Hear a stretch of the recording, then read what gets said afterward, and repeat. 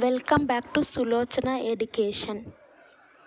BBA business analytics second semester subject financial accounting subject యొక్క unit 3 theory ఈ వీడియోలో explain చేయడం జరుగుతుంది. మీకు వీడియోస్ యూస్ఫుల్ అనిపిస్తే సబ్స్క్రైబ్ చేయండి, లైక్ చేయండి అండ్ మీ ఫ్రెండ్స్కి షేర్ చేయండి.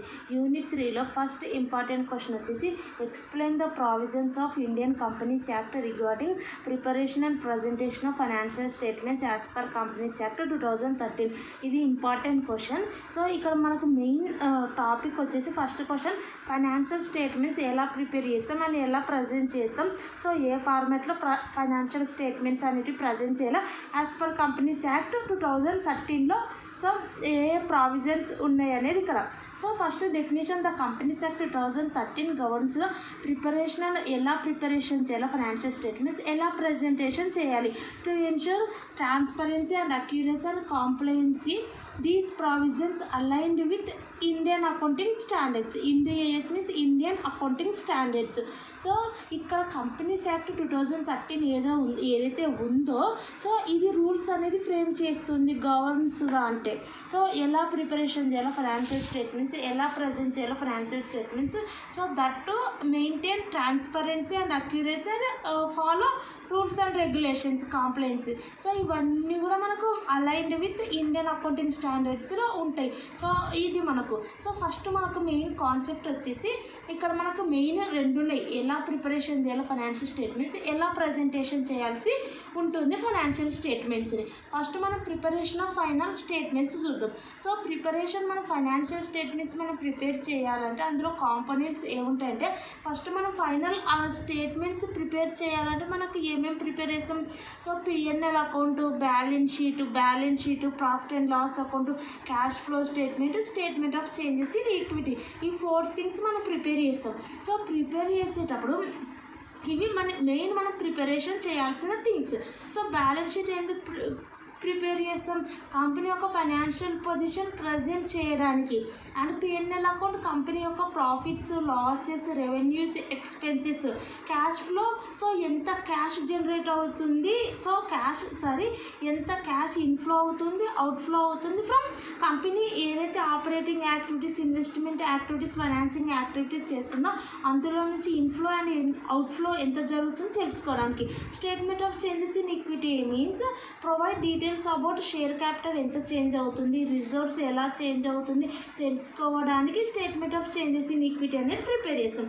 సో ఫస్ట్ మనం ఈ థింగ్స్ ప్రిపేర్ చేయాల్సి ఉంటుంది. First heading preparation of final statements. So next one వచ్చేసి ప్రిపరేషన్ ఆఫ్ ఫైనాన్షియల్ స్టేట్మెంట్స్ అన్న ఫైనల్ స్టేట్మెంట్స్ అని ఒకటి. సో ఇందులో how to prepare. So first one వచ్చేసి మనం balance sheet, P&L, cash flow, statement of changes in equity prepare చేయాలని చెప్పినాం. So వాటిని ఎలా ప్రిపేర్ చేయాలనే సెకండ్ టాపిక్. సో వాటిని ఎందుకు ప్రిపేర్ చేయాలనేది first topic. Balance sheet prepare చేయడానికి కంపెనీ యొక్క ఫైనాన్షియల్ పొజిషన్, P&L అంటే కంపెనీ యొక్క ప్రాఫిట్స్ వస్తున్నాయా, లాస్ వస్తున్నాయా, సో క్యాష్ ఫ్లో అంటే కంపెనీలో క్యాష్ అనేది పాజిటివ్గా అడిక్వేట్ క్యాష్ ఉందా అని తెలుసుకోవడానికి. And statement of changes in working equity means so share capital increasing స్టేజ్లో ఉందా, డిక్రీజింగ్ స్టేజ్లో ఉందా తెలుసుకోవడానికి, ఎంత చేంజ్ జరుగుతుంది షేర్ క్యాపిటల్లో అనేది ఆ థింగ్స్ ఉంటాయి. సో అవి మనము ఎందుకు ప్రిపేర్ చేస్తున్నామో ఫస్ట్ పాయింట్లో తెలుసుకుందాం. సెకండ్ పాయింట్లో హౌ టు ప్రిపేర్. సో వాటిని ఎలా ప్రిపేర్ చేయాలి అనేది సెకండ్. సో సెకండ్లో మనకు వచ్చేసి 3 హెడ్డింగ్స్ ఉంటాయి. ఫస్ట్ వన్ వచ్చేసి true and fair view.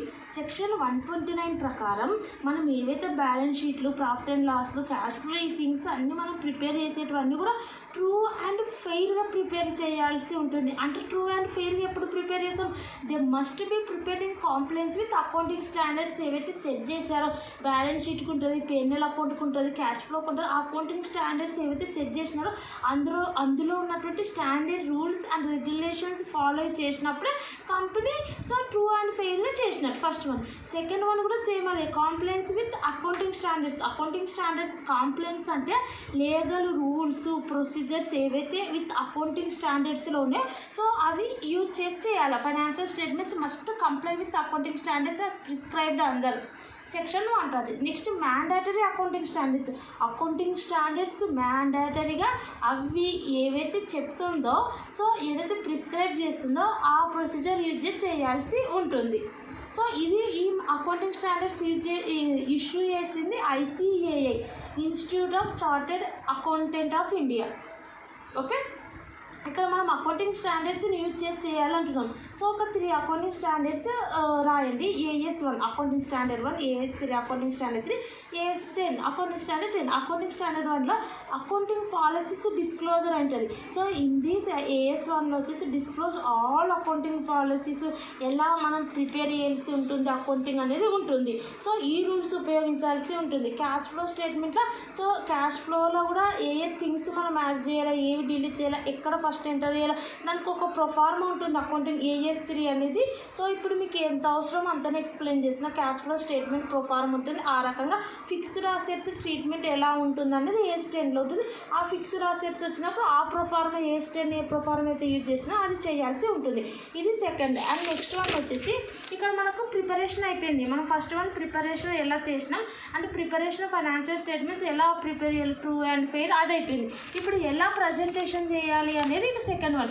Presentation అంటే ఏ ఫార్మాట్లో ప్రజెంటేషన్ చేయాలనేది. సో ఫార్మాట్ అండ్ స్ట్రక్చర్ చూస్తే the act mandates that financial statements be prepared in the format specified in schedule 3 of the companies act 2030. దానికి కూడా మనకు so format ఉంటుంది. Assets ఎక్కడ, liabilities ఎక్కడ ఎంటర్ చేయాలా, so incomes at side enter చేయాలా, so next one వచ్చేసి expenses at side enter చేయాలా.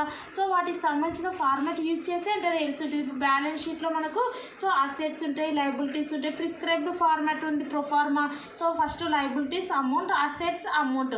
సో బ్యాలెన్స్ షీట్కు డిఆర్లు సిఆర్లు ఉండవు. సో అది ఏదైతే ఫార్మాట్ ఉంటుందో ప్రొఫార్మా ఫార్మాట్ అది ప్రజెంటేషన్, ఆ ఫార్మాట్లో ప్రజెంటేషన్ ఇవ్వాల్సి ఉంటుంది. P&L అకౌంట్ కూడా same. So expenses, so losses ఎక్కడ ఎంటర్ చేయాల్సింది ఎవ్రీథింగ్ ఉంటుంది. సో ఇది third one. Fourth one auditor role. So sorry ఈ ప్రజెంటేషన్లోనే బ్యాలెన్స్ షీట్ ఎలా ప్రజెంట్ చేయాలి, P&L అకౌంట్ ఎలా ప్రజెంట్ చేయాలి, auditor role. So auditor role ఏంది ఇది ప్రజెంట్ చేసేటప్పుడు ఫైనాన్షియల్ స్టేట్మెంట్స్ అంటే ఈ ఆడిటర్ మస్ట్ వెరిఫై చేయాలి దట్ ఫైనాన్షియల్ స్టేట్మెంట్స్ ఏవైతే ప్రిపేర్ చేసినారో so provisions of the companies act ఏదైతే ఉందో అది ఫాలో అవుతుందా అండ్ అకౌంటింగ్ స్టాండర్డ్స్ ఫాలో అవుతుందా ఈ ఆడిటర్ అనేది చెక్ చేసి ఎన్ని deviations must be reported in the auditor's report ensuring the financial statements reflect and accurate view of the company's financial status. ఇది ఆడిటర్ రోల్. ఇది ఫస్ట్ క్వశ్చన్. సెకండ్ క్వశ్చన్ వచ్చేసి what are final statements, explain how they are useful for stakeholders, uses of final accounts అని ఒకటే. So final statements అంటే ఏంది, so ఇది ఎవరికి useful, ఇది స్టేక్ హోల్డర్స్కి ఎలా యూస్ఫుల్ అవుతుంది, so how they are useful for stakeholders, uses of final accounts అని ఒకటే. ఫైనల్ స్టేట్మెంట్స్ మీన్స్ కంపెనీ యొక్క ఫైనాన్షియల్ పొజిషన్ తెలుసుకోవడానికి these final statements are prepared to know the company exact financial status.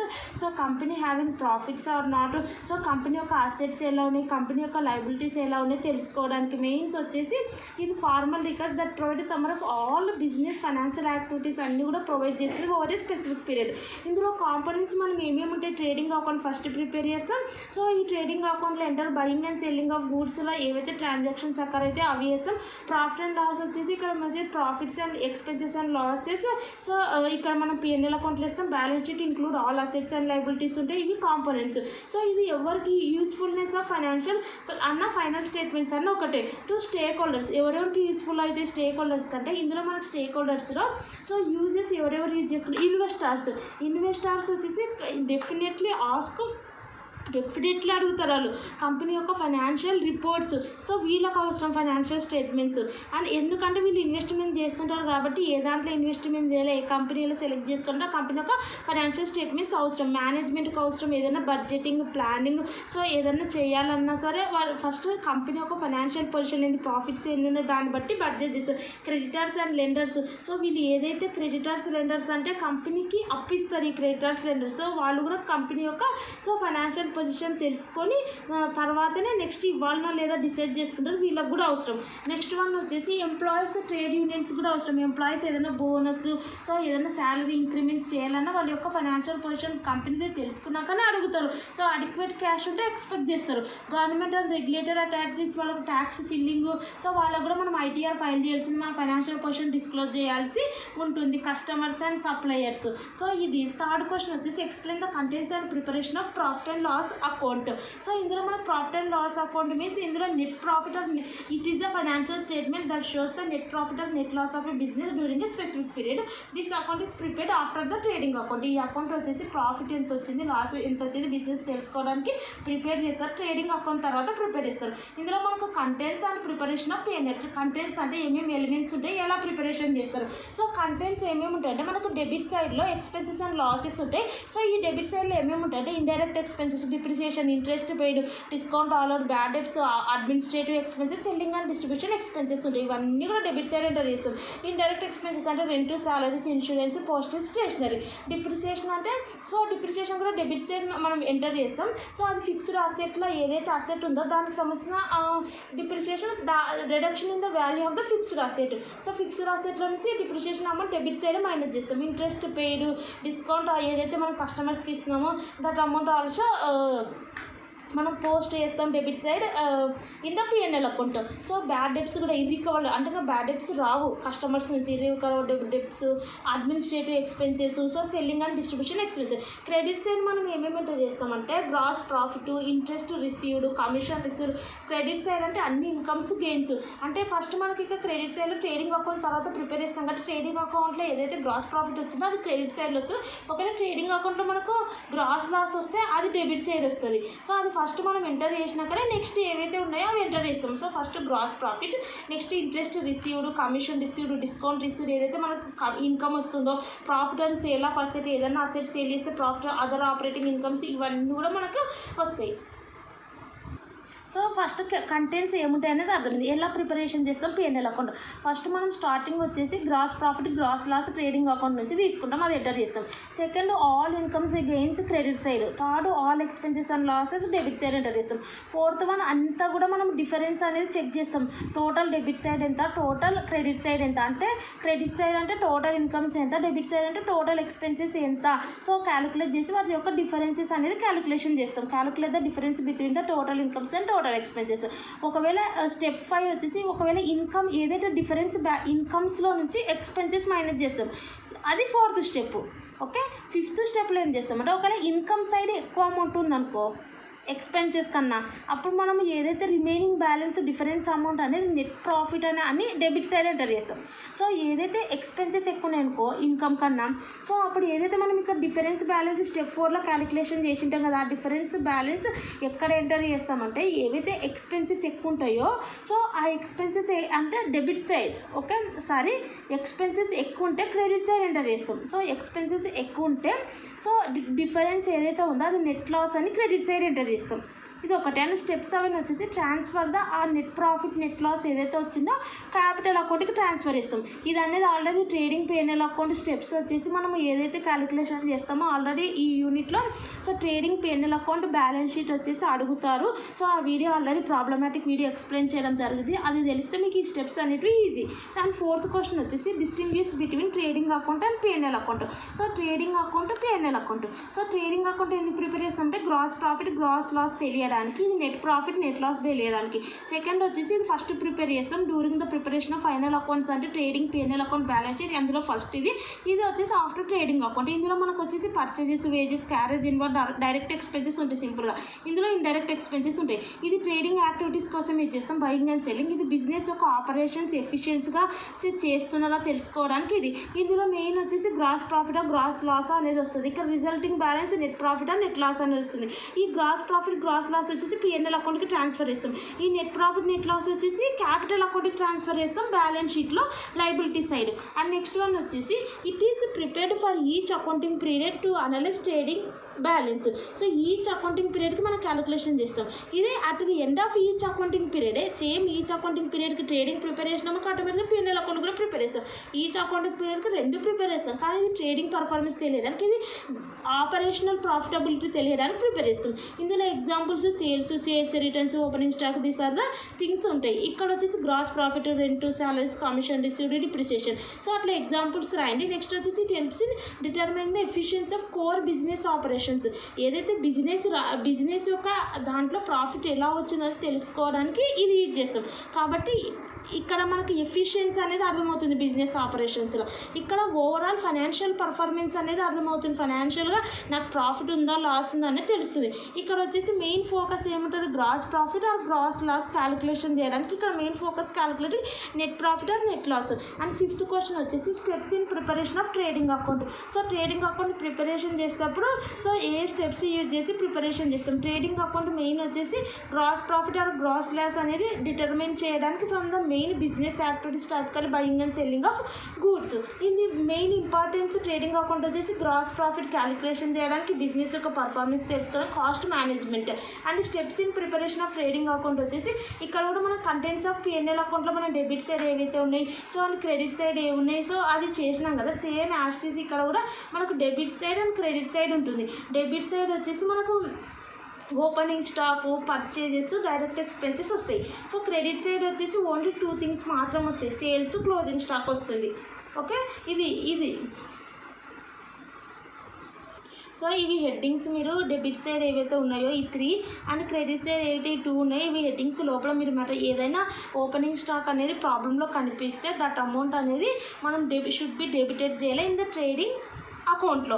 So ఆ రకంగా purchases అయినా direct expenses అయితే ఇందులో freight, carriage inward, so factory rent ఉంటుంది.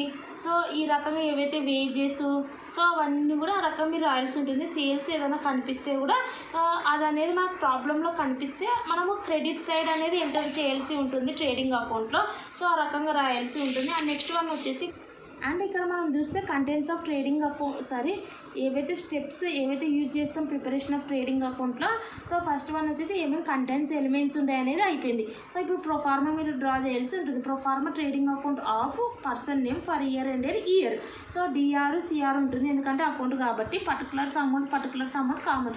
సో నేను ఏవైతే చెప్పినానో ఇక్కడ కంటెంట్స్ ఎలిమెంట్స్ ఇక్కడ ఏమేమి చెప్పినాను, ఓపెనింగ్ స్టాక్ మనం హెడ్డింగ్స్ మాట్లాడుకున్నాం కదా. ఓపెనింగ్ స్టాక్ ఒకటి, పర్చేజెస్ ఒకటి చెప్పిన, డైరెక్ట్ ఎక్స్పెన్సెస్ చెప్పిన. Opening stock. So next purchases, ఇందులో నుంచి పర్చేజ్ రిటర్న్స్ మైనస్ చేసి ఇలా ఉంటుంది.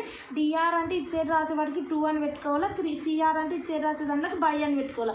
సో తర్వాత స్టార్ట్ చేయాలి. సో ఓపెనింగ్ స్టాక్ చెప్పిన, పర్చేజ్ చెప్పిన, అందులో నుంచి రిటర్న్స్ మైనస్ చేసి అవుటర్ కాలంలో వేసినాం. సో డైరెక్ట్ ఎక్స్పెన్సెస్ అంటే వేజెస్, క్యారేజ్ ఇన్వార్డ్, ఫ్రైట్ ఇవన్నీ కూడా డైరెక్ట్ ఎక్స్పెన్సెస్ అంటారు. అందుకే ఓన్లీ డైరెక్ట్ ఎక్స్పెన్సెస్ అన్న. మీరు కావాలంటే సో మీకు ఎన్ని గుర్తుంటాయి అన్ని వేజెస్, ఒకవేళ ఇఫ్ ఎనీ అమౌంట్ సో ఇక్కడ మనం ప్రాబ్లంలో మనం గమనించి సో ఆ అమౌంట్ని మనం ఇటు సైడ్ రాయాలని మీరు ఓన్గా రాయండి, అంతే సింపుల్.